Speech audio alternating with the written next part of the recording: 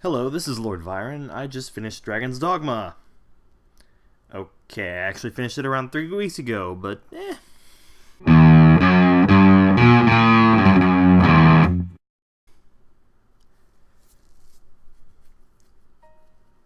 Dragon's Dogma is an action RPG released by Capcom in 2012 for the Xbox 360, PlayStation 3, and PC. It was acclaimed for its combat system and the freedom of movement not typically found in RPGs of this style. So for those who are tuning in for the first time, I'm not going to thoroughly review the game so much as share some outstanding thoughts about it. I have a pre-written script to help me keep things organized, but I may occasionally think of some new things to say in the moment. Now, first thing to say is, one thing I'm not entirely a fan of is that this game does not allow multiple saves, and as a result, the only footage I can really show are the sorts of things available at the beginning of the game in New Game Plus. So, boo on that.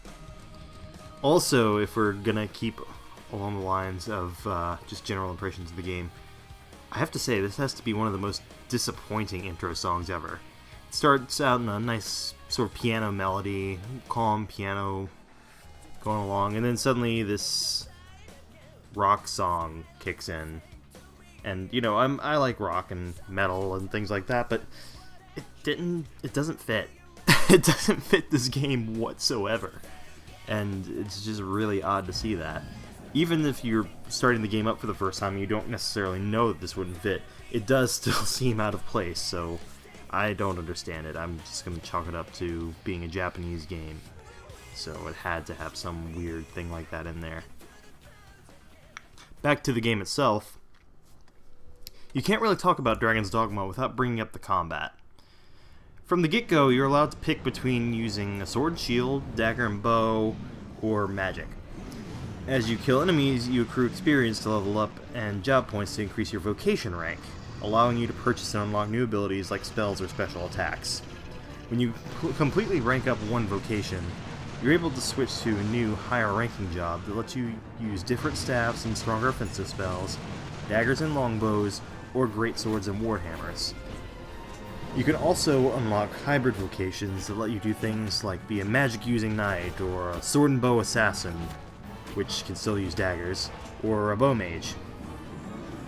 You can also get a minion, or a pawn, which can't be any of the hybrid vocations, but levels up along with you. When I went through the game, I went mostly with the bow and dagger archetype, dabbling a bit with sword and shield, and using the assassin before deciding on the strider class, which uses daggers and longbows.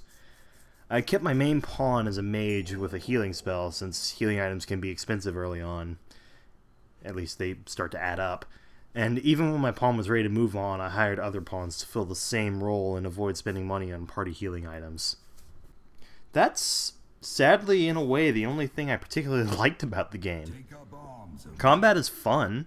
The mechanics of it are not quite as fast-paced or responsive, so to speak, as a beat-em-up like Beautiful Joe or a hack-and-slash like Bayonetta or Ninja Gaiden, nor are they quite as methodical as something like Dark Souls.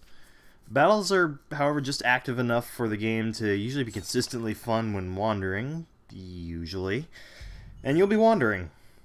A lot. Why? Because for some reason, at least in the base game, fast travel is limited to the use of an item called Fairy Stones, which instantly bring you to the main big city. A good long way into the story, you get an item that's one singular item that you can place down at another location to fast travel to using another one of these items.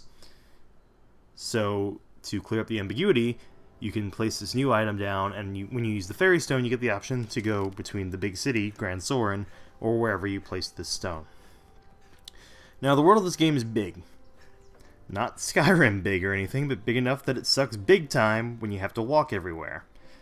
The number of times missions brought me to the Shadow Fort at one corner of the map, or the Blue Moon Tower at the opposite corner of the map, made me start to resent the amount of padding that was starting to take up such a large part of the playtime.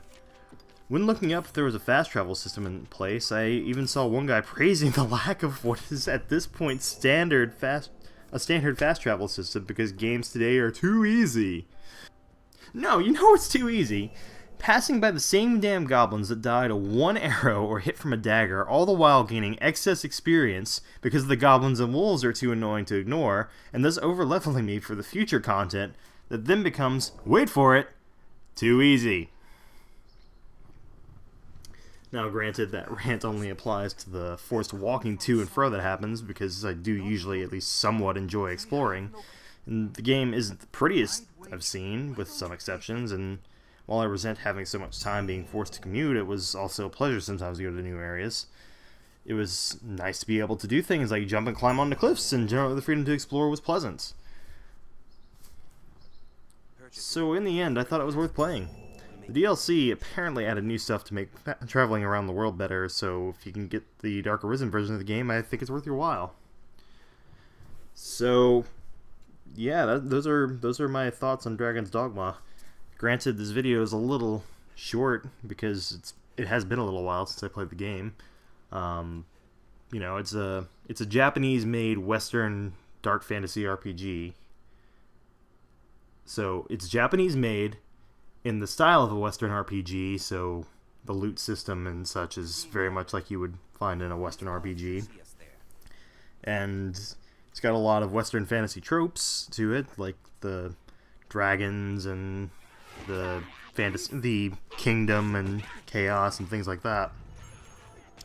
But things get downright biblical in it towards the end in a way that typically JRPGs do. So it's pretty bizarre. The story is bizarre because it's from Japan. So those are my thoughts on Dragon's Dogma. Like I said, I would recommend the Dark Arisen version if you can see it and you haven't played it yet.